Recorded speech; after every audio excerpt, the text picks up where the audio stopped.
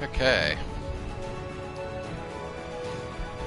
Welcome, YouTube, to another episode of The House in Fata Morgana.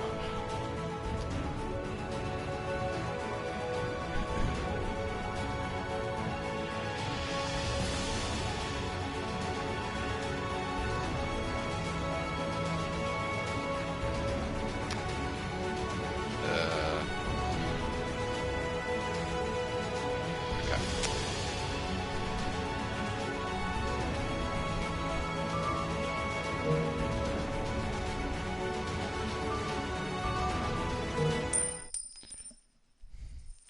Okay, so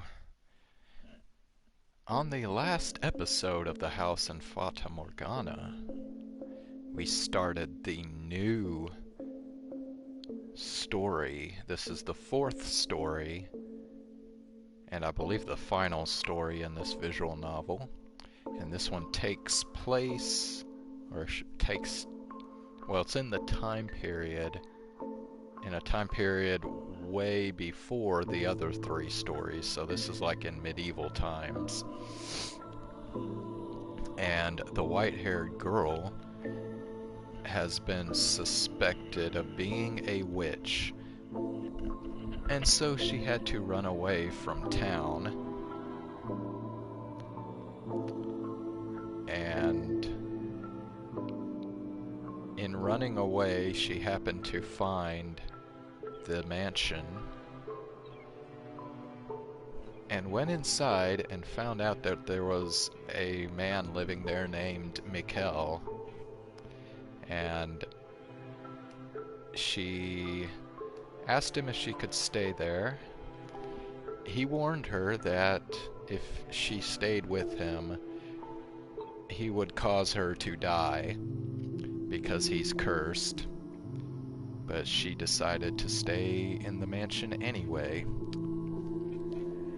And so they mostly live apart, even though they're in the same mansion. They don't really see each other that much. But she went to the library and accidentally knocked over a bunch of books, and then he came and found her there. So they had a little conversation, and she asked if he could teach her to read. I don't think he ever actually accepted. He's kind of being standoffish towards her, basically. So that's where we're at now. It had been about a week since the white-haired girl had taken up residence in the mansion. Staying in that house deprived of light was, I imagine, a very claustrophobic experience. To anyone blessed enough to have sunlight as a part of their everyday lives, it would have been unbearable. But for her, the mansion, with its prison walls and lack of either illumination or recreation, was the one place she could find respite. She and Michel continued to be distant, however. He spent most of his time in his chambers, which he had explicitly told the white-haired girl to stay out of, leaving her unable to close that gap. Nonetheless, on the occasions they did cross paths in the hallway, their eyes would meet, if but briefly. It was never for more than a few seconds. Whenever she saw him, she made a point of giving him a little smile. He never said anything, but still, when she had first arrived, he would not have even met her gaze. He seemed to be taking more and more notice of her. One day, the white-haired girl stood in the cellar, frown upon her face. Well, it's troubling. I can't go down to the village, but if we don't do something soon... The cellar was where their food was stored, an assortment of non-perishables and dried foods, smoked meats, and cheeses. Her daily meals were taken from the supplies there. However, the stockpile was beginning to grow quite small.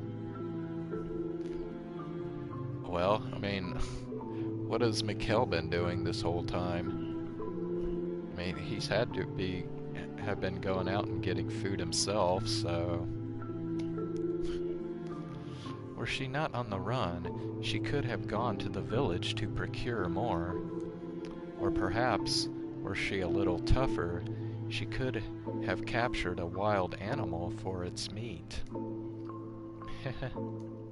But master, you know a young, delicate thing like her was hardly up to the task of hunting for food.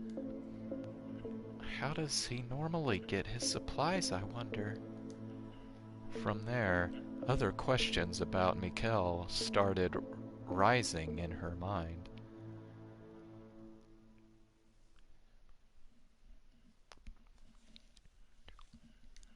No matter how lifeless he seemed, surely he still had to eat, right? The white-haired girl nodded, then made her way out of the cellar, intending to head for his bedchamber.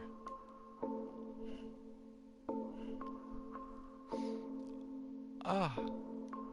But on her way there, she spotted him standing by the entrance, staring motionless at the door, lit by a single candle. He appeared to be waiting for something.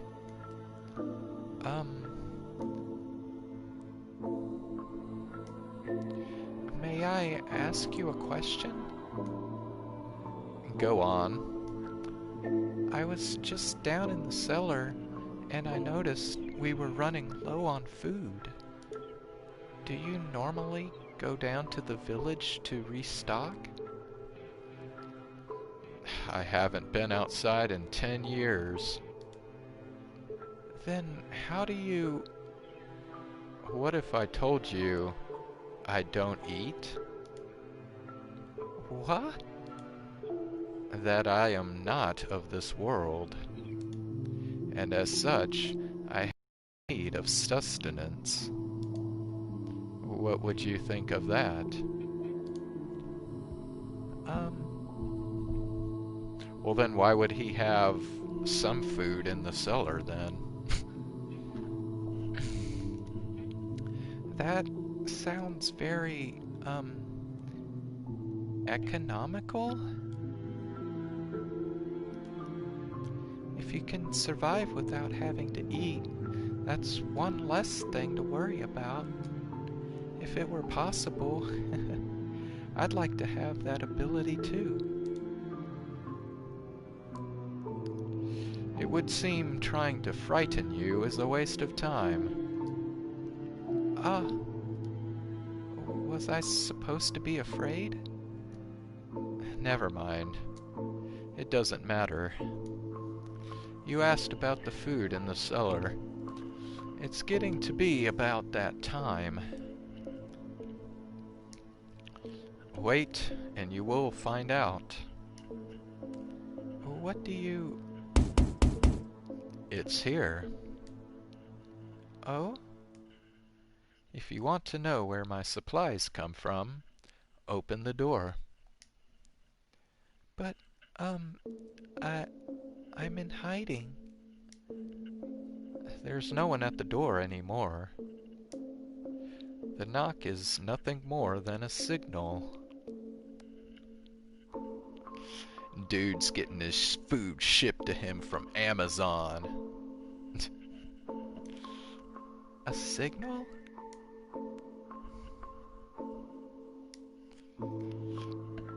The white-haired girl turned toward Michel to press him for more information, but he averted his gaze.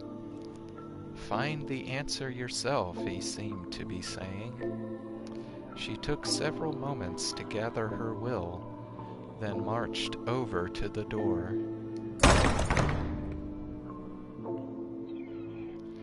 so bright. The sunlight, which she had not seen in some time, was so bright it seemed to burn her eyes. Although the sun itself had not gotten any brighter, she had simply spent so much time in the dark, her eyes were no longer accustomed to that much light. The color of her eyes made them quite sensitive to light already, so when she stepped outside, her whole world went bone white.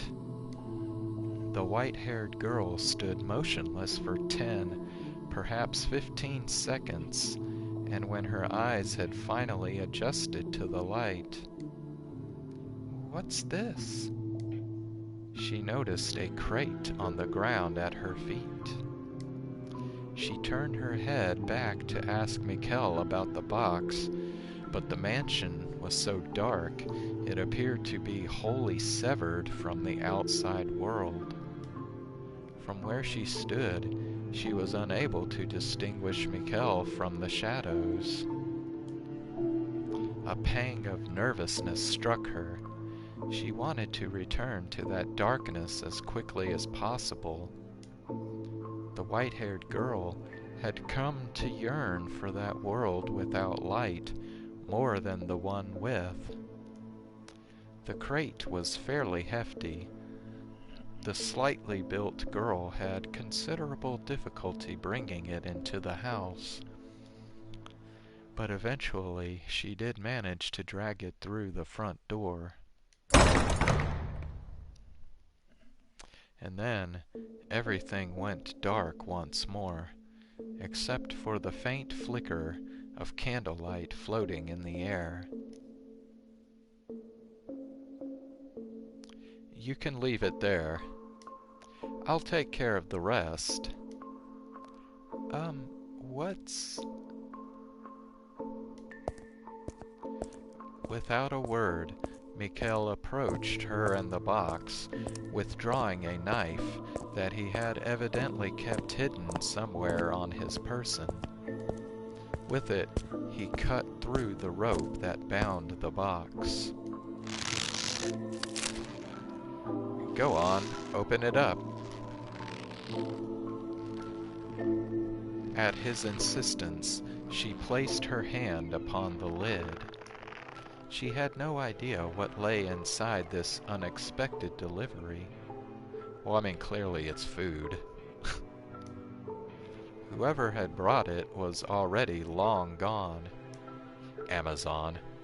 Staring at the strange box, she was racked with nervousness. However, what she found when she pushed aside the lid was completely ordinary food. Haha. Is something amusing?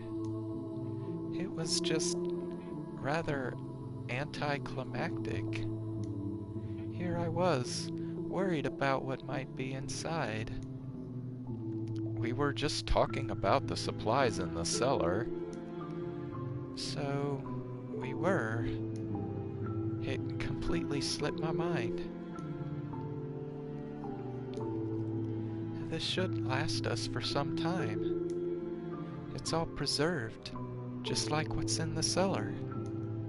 But I don't understand. Who would deliver all of this to you? There should be a book in there as well. What? Oh, there it is. In the library, he said that his family sends him one book a month. Does that mean this box came from them? If so, then why did the person who delivered this leave without speaking to him? What happened between him and his family? Is he here because they want him here? Or because he chose to be here? Take the book to the library, please. I will bring the rest of the supplies to the cellar. But it's a big box. I'm sure you could use some help carrying it. That won't be necessary. Take the book and go.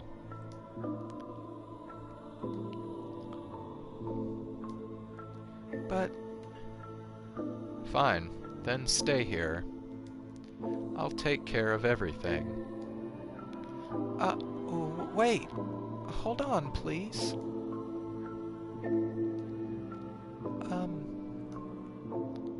What is it?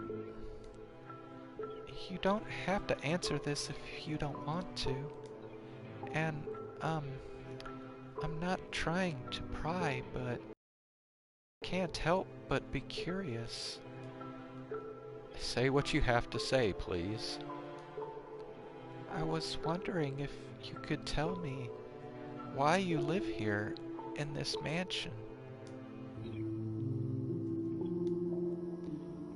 Why did whoever delivered this box leave before you even opened the door? Could you perhaps be imprisoned here?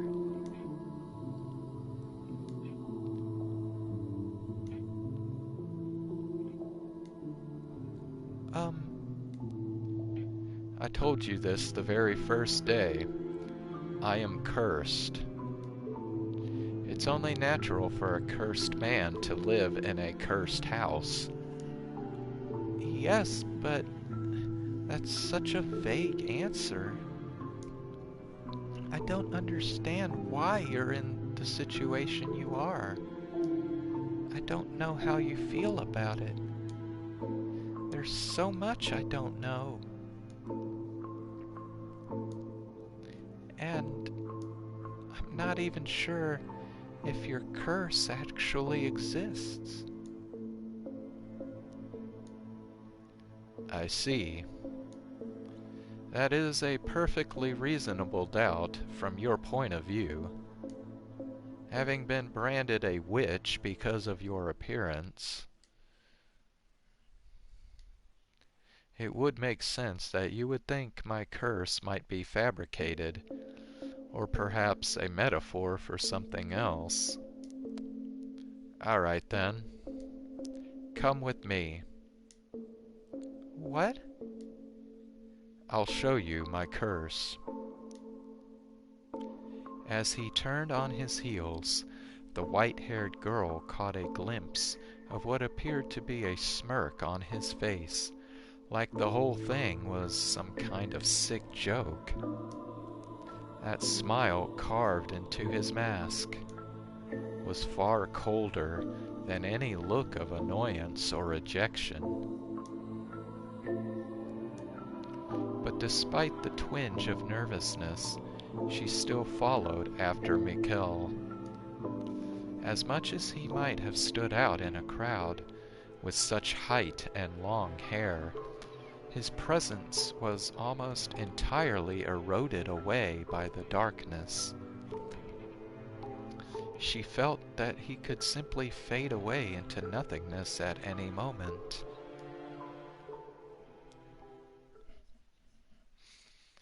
Many things are buried here. Huh? Mice, insects, wild cats and dogs. Have you ever thought it strange how little life there seemed to be around this mansion?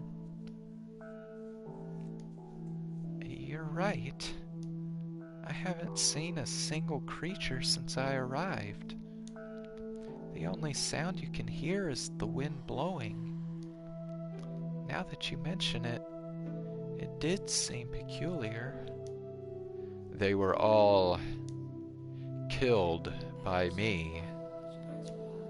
Or rather, they lost their lives because of me. You have your answer now.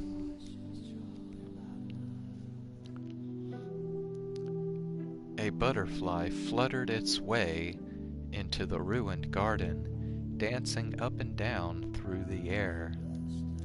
Michel held out a finger before himself and the butterfly, mistaking it for a branch, drifted down upon it to rest its wings. Had the scene stopped there, it would have been a picturesque moment.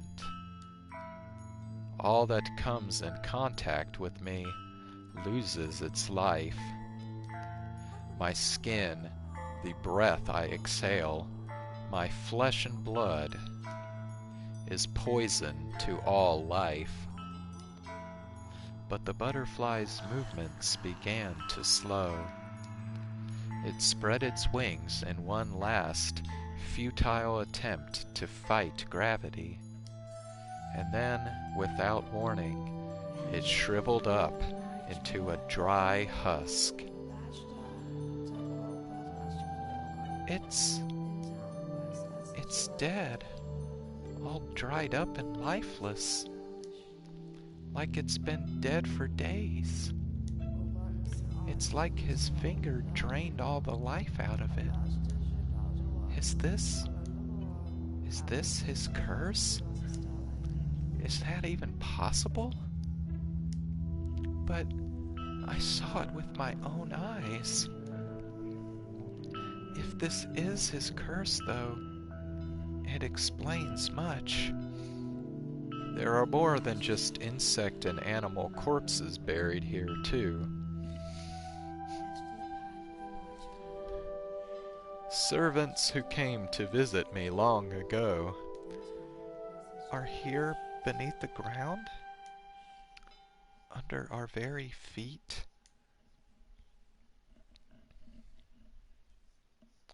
That's why the servant leaves before I open the door. Should he touch me, should he get near me, his very life is in danger. No one is interested enough in seeing me to take that risk. No one will have anything to do with me. Nary a soul even wishes to see my face. Now you understand what I meant when I said I would eventually kill you. So that's why you have never once touched me.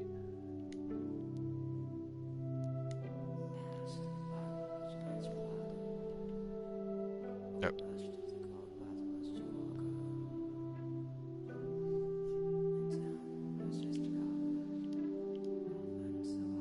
When I knocked the books down in the library, you didn't offer your hand to help me up.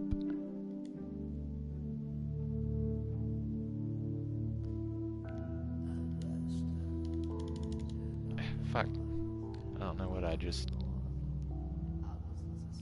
Okay, I didn't mean to do that either. Okay, hold on. Okay, there we go. And only one of us ever made contact with the box at the entrance at a time. When I offered to help you carry it, you refused. Because you didn't want your finger to accidentally brush against mine. My actions were not out of concern for you. I simply dislike people. Others' interests mean nothing to me.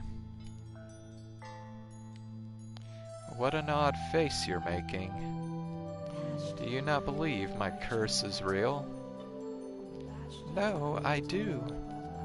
It is certainly irrational, inexplicable, unbelievable. But you've shown me more than enough evidence.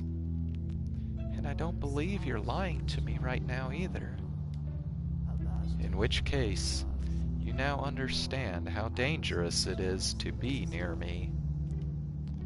You said that if you left, you would be killed. But it's been some time since then. If you're careful to cover your tracks, you could make your escape.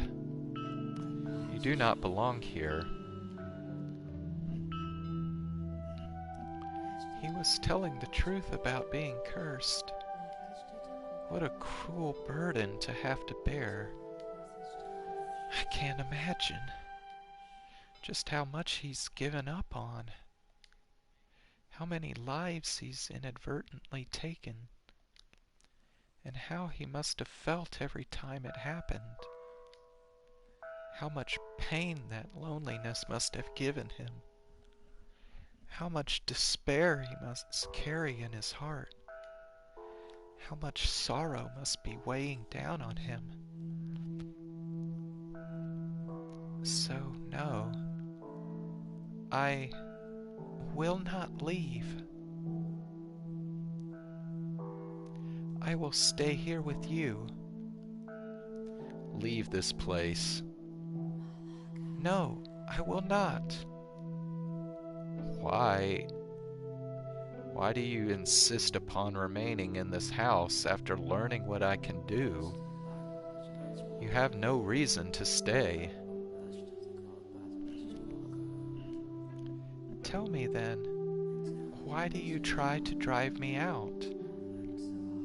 If you don't care for others, as you say, if you're not concerned about anyone else, then what does it matter what I do? What does it matter if I die to your curse? You're a very kind-hearted man. You've been watching out for me since the day I arrived, doing whatever you can to not inadvertently kill me, to not afflict me with your curse. No. Here's what I think. No one capable of showing genuine others can honestly, truly dislike all people. They can't possibly be indifferent. No, that day we met before the stained glass window, you heard me out. You listened to my plight. You didn't try to chase me out. That day, I thought you to be a good person. And I still believe that. I simply assumed you would leave on your own when it was safe. I never thought you would be so foolish as to want to stay in a house like this with a man like me. How does that make me foolish? Do you not value your life? Are you not afraid of death? Do you not find me unpleasant? The thing I fear most is loneliness. You're probably right that by now I could safely sneak away, get myself somewhere far from here. But even if I did, I would inevitably find myself in the same situation. The only way I can avoid that fate is to stay away from everyone, to live in solitude with no one to talk to. I know you understand how that feels. It terrifies me. I'm afraid of having to spend day after day with no one to talk to, no one to share my experiences, my thoughts, my feelings with. If that's what awaits me out there, then I want to live with you. I want you to be an essential part of my life. Impossible. Please, don't chase me out. You are a cruel girl. And never again will I allow myself to get close to someone, only to watch them die. Never again. My mother was the first to die. It happened shortly after my birth. Next was my wet nurse, fuck, wet nurse? What's this guy talking about?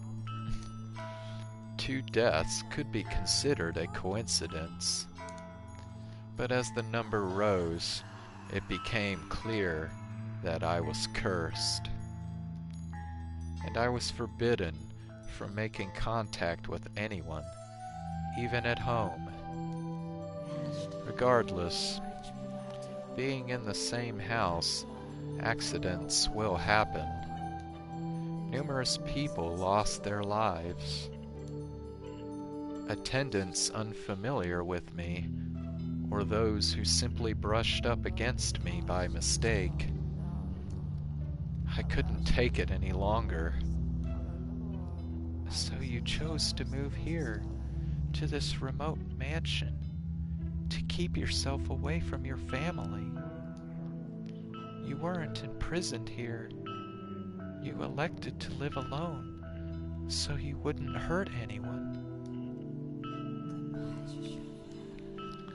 For better or for worse, I was born into a noble house. So rather than abandon me, they provided me the means to live out of sight.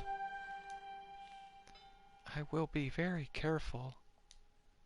I will do everything I can to ensure no accidents occur, to keep you from being alone again. I will not, for any reason, touch you. You have my promise. Your curse takes the life of anything you touch. I've been here for a while, and death has not befallen me yet. As long as I do not touch you, there shouldn't be a problem. Also, I apologize if this is simply me reading too much into things, but I feel like we're two of a kind. I fear being utterly alone more than anything, and I think you understand just how scary that is. So, why are you so stubbornly insistent on it being me? I'm sure there's someone else out there. Someone you're meant to be with. You may not have found them yet, but I believe someone like you eventually will. Because unlike me, you still have the vigor to press forward. It has to be you. I'm certain of it. Why? Because, well, you can't tell me? No, I can just, please don't get upset with me. I think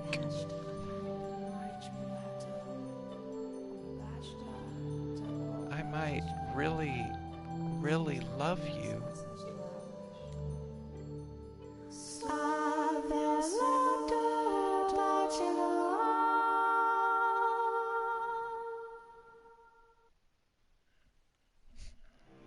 Well, that was quick.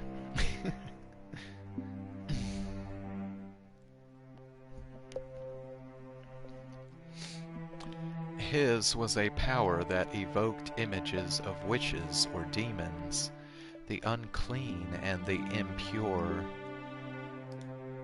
A mere touch was all it took for him to strip man and beast alike of its life. God has quite a cruel streak to bestow such a power upon such a beautiful young man. And a strange power it was indeed, like something out of a fairy tale, like something confined to words upon the page. It seemed otherworldly, unbelievable. Nonetheless, as he had demonstrated to the white-haired girl, His peculiar powers were indeed real. That said, the world has its fair share of oddities. It just so happens that those curiosities tend to remain hidden away, known only to a few. Although you have laid eyes upon a number of unusual phenomena yourself, Master. The doors to the past through which we have passed. This very mansion, and as a matter of fact, the two of us. Now, as you just saw, the white-haired girl found herself enraptured with this man and his accursed power. How do you think Michel acted in response to her proclamation? He had spent so long refusing to interact with others. No, unable to interact with them. As such, he was unsure how to respond. After standing there expressionless for a few moments, he muttered, "I'll consider it." And with that, he returned to his chambers. While he was not someone who wore his heart on his sleeve, I personally do not believe he was completely devoid of emotions. He had simply forgotten how to express them in his extended solitude. So I think he was, in that moment, in a state of complete panic. She had, after all, just assaulted him with a stream of incomprehensible declarations that, knowing the truth, she still wished to remain in the mansion, and that, knowing the truth, she loved him. The love she had declared for Michel was not a fleeting puppy love. There was genuine tenderness and warmth to her words. But he had gone through his life shunned, feared, pushed away. To him, that was normal. He had never given anyone reason to have any fondness for him. So he found himself utterly unsure how to take the affection she was showing.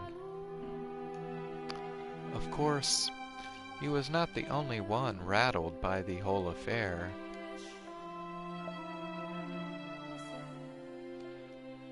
Oh dear.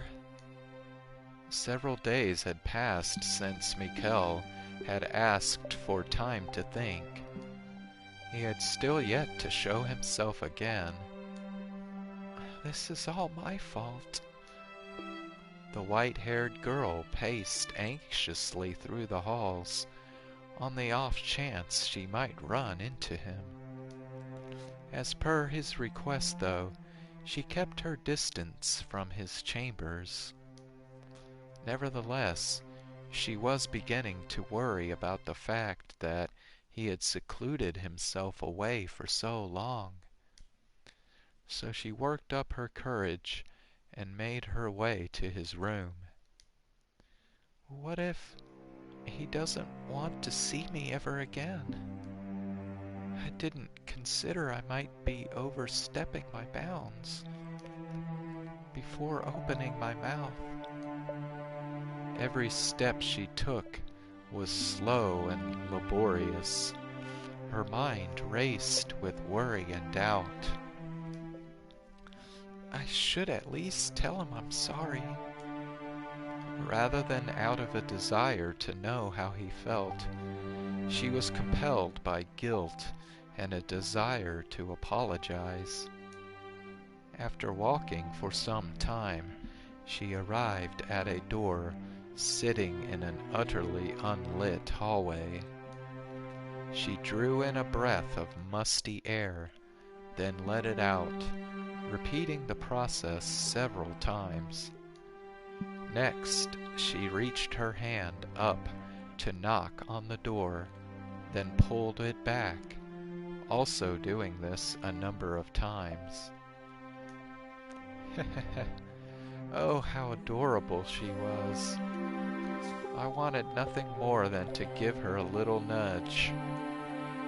After all, she was too sweet a girl for her worries to be anything but misplaced.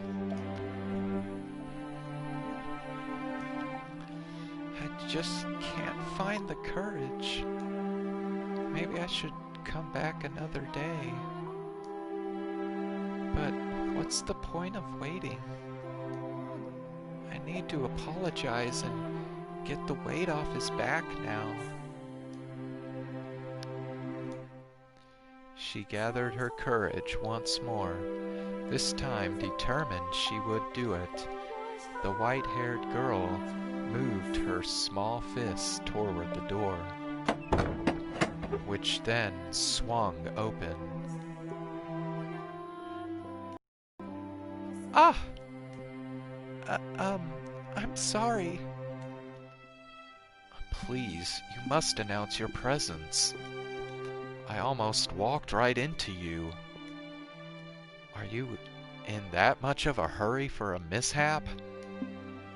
I'm sorry. And I believe I told you to stay away from my chambers. You did, so I spent a long time debating whether I would, but I decided I really wanted to tell you this. Oh, well, actually, I am truly sorry. What?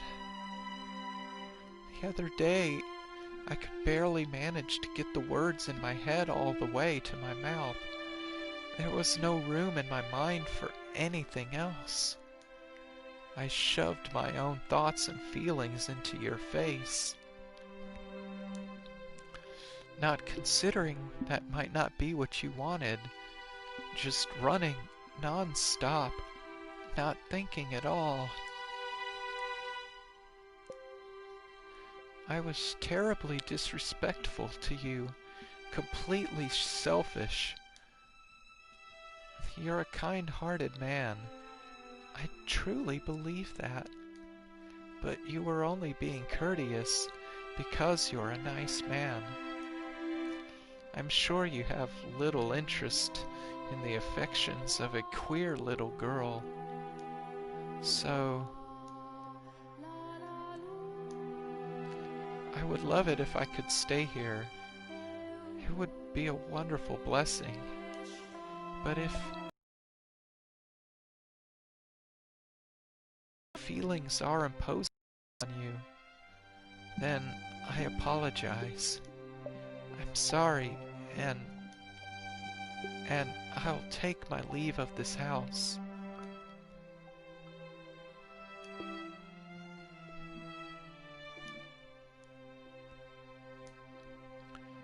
I'm sorry.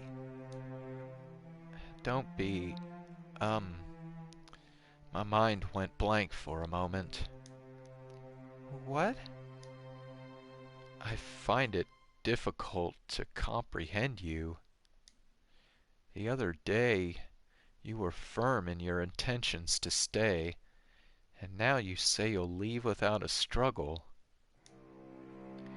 You holed up in your room for so long that I thought, you didn't want me around.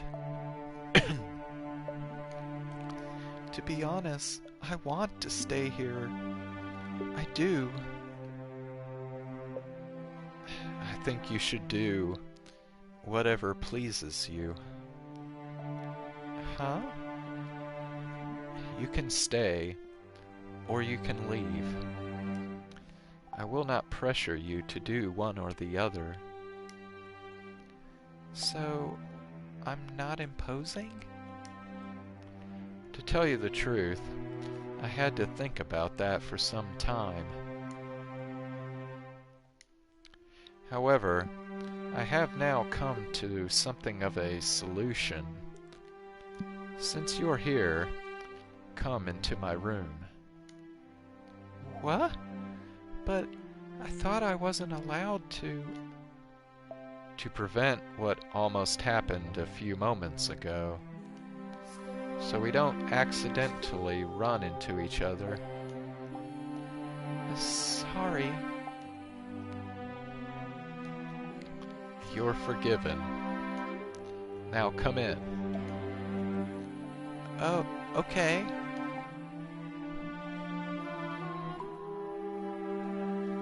Is this a necklace? If that's what it looks like to you, then I suppose that means I succeeded. Pick it up. Ah. It has a little bell. It's adorable. Please make an effort to wear that while you're in the house. Because it's so dark, there will always exist the risk that we might accidentally bump into one another. So I tried to come up with a way to reduce that risk. Does that mean you didn't leave your room because you were working on this? That's right. What other reason would I have? I think most people would assume it was because they had put you in a bad mood, or that you didn't want to see them.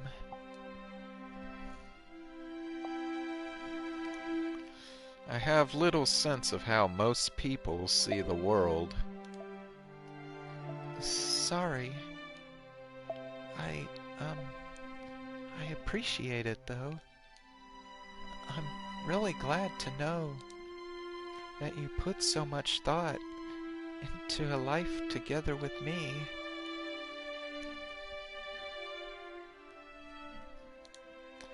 It would be difficult not to, after the other day. I'm so happy right now. I can't think of any better word to describe it. I couldn't be happier. You're being dramatic. To tell you the truth, I feel a little bad about it. Why?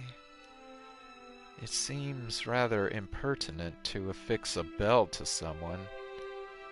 You're not livestock. You're a person. That's why you turned it into a necklace? Thank you very much. I'll keep it on me at all times. I really, truly appreciate it, Lord Michel. Don't call me Lord, please. Alright then, I'll just call you Michel. And will you please call me Giselle?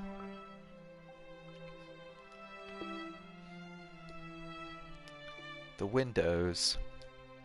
What? If we could open the windows... Never mind. I was just thinking you wouldn't need the bell at all if we could get some light in here. They can't be opened? They're rusted shut. All the windows have been shuttered for as long as I've been here. I assumed you had boarded them all up. That was done long before I ever arrived. After so many years here, though, I hardly consider it an inconvenience anymore. It also serves to repel wanderers. Oh, really?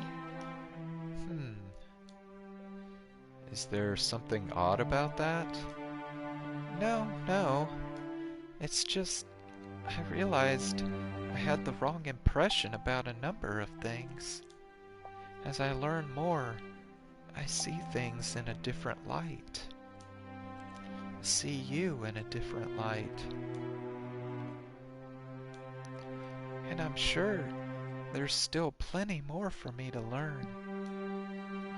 Of all the people I have ever met, You are perhaps the most difficult to predict. Not only do you have no aversion to the darkness, you... The dark has always been a close friend of mine. Which isn't to say I dislike the sun. Its light can simply be a bit too strong for me. I'm like some kind of unholy monster that can't be exposed to sunlight. You are anything but unholy. My name would suit you much better than me.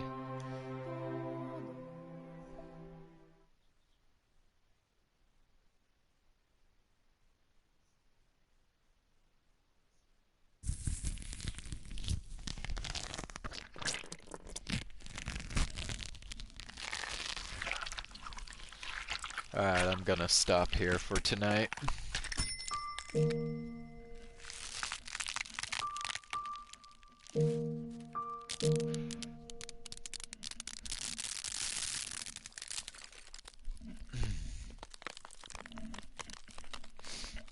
Alrighty.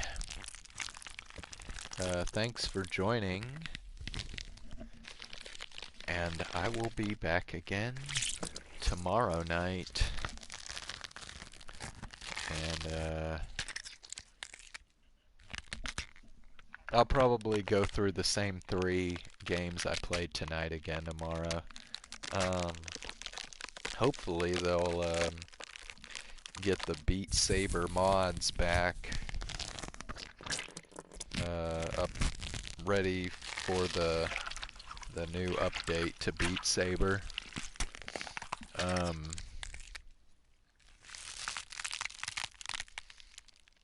We'll see. Alright, well, enjoy the rest of your night.